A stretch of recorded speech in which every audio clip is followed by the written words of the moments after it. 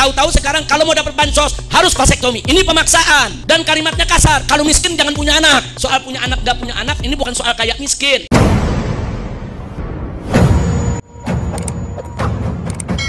Masih tentang seputar Kang Deddy Mulyadi. Kali ini diserang sama Habib Rizik tentang vasektomi ya. Mungkin beda pendapat, beda pandangan ya, itu wajar ya. Pro kontra pasti timbul ya. Gubernur Jawa Barat kembali diserang. Kali ini diserang oleh Habib Rizik tentang masalah vasektomi. Nah, ini ada videonya. Habib Rizik ceramah dan menyinggung Kang Deddy Mulyadi. Kita lihat teman-teman videonya ya. Saya tambahkan tadi disinggung oleh Dr. Bahar. Masya Allah, Dr. Bahar tadi mengingatkan kita semua, walaupun beliau sebagai seorang dokter, beliau mengingatkan diri beliau dan para dokter yang lainnya dalam urusan medis ini. Para dokter juga tetap harus tunduk kepada para fatwa para ulama. Ibu, Bu, Majelis Ulama Indonesia itu sudah punya fatwa soal keluarga berencana. Sudah lama. Nah, sudah puluhan tahun itu sudah ada fatwanya. Kapan boleh, kapan tidak boleh, mana yang boleh, mana yang tidak boleh, itu sudah dibahas oleh Majelis Ulama Indonesia. Nah, salah satunya Majelis Ulama Indonesia mengharamkan yang namanya vasektomi dan tubektomi. Gak boleh.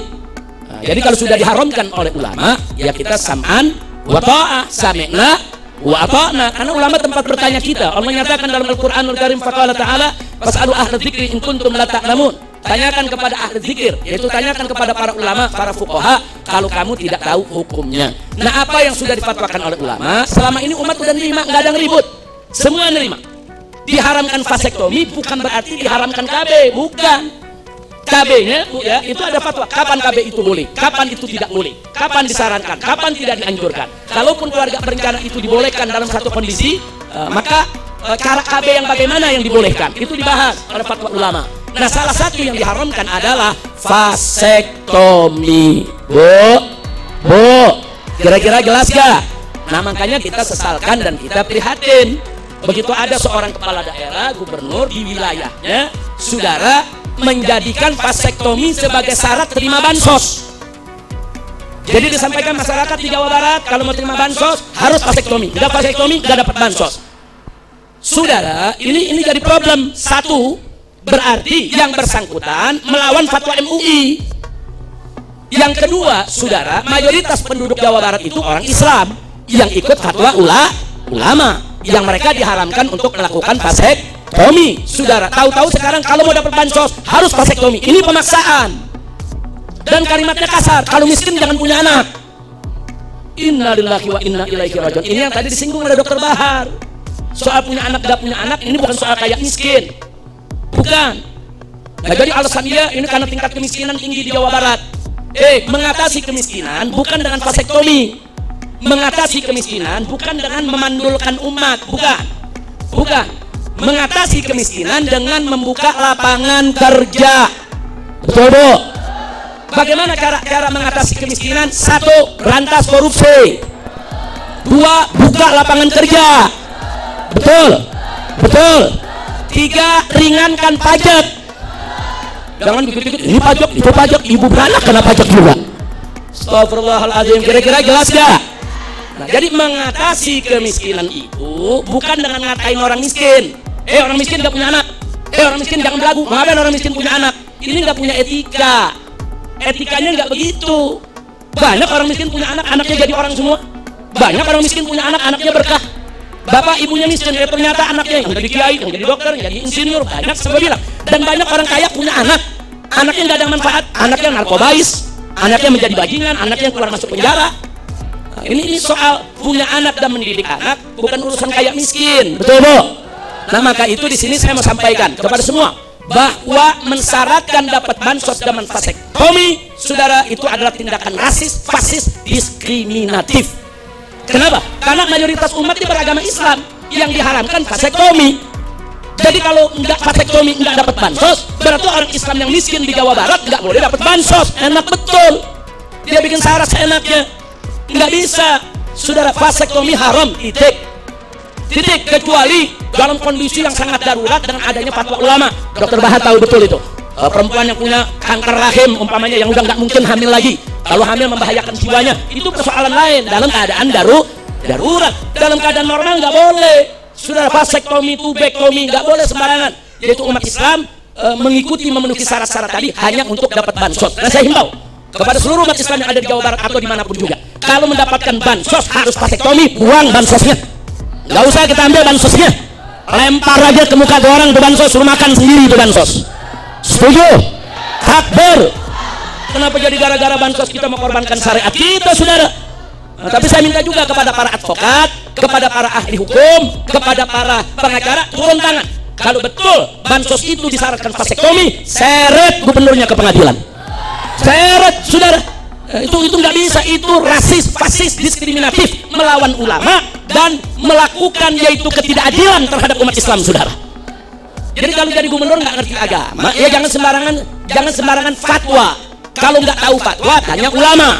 Kalau belum tahu, oh ternyata nggak boleh, ya tarik, minta maaf, istighfar, maaf, saya nggak tahu kalau vasektomi itu haram, maaf, saya nggak jadikan itu syarat. Nah kalau dia tobat, sadar, silakan, kita nggak tuntut, saudara.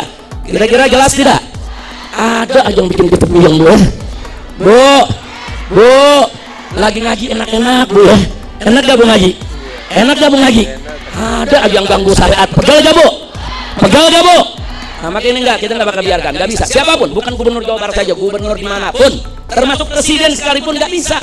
Kalau syarat terima bansos harus pakai vasektomi, berarti Anda melanggar fatwa Majelis Ulama Indonesia. Berarti Anda melakukan ketidakadilan terhadap umat Islam yang mayoritas. Banyak yang menerima bansos gara-gara urusan vasektomi, kemudian mereka tidak boleh menerima bansos. Nggak bisa, itu ketidakadilan dan itu harus dilawan.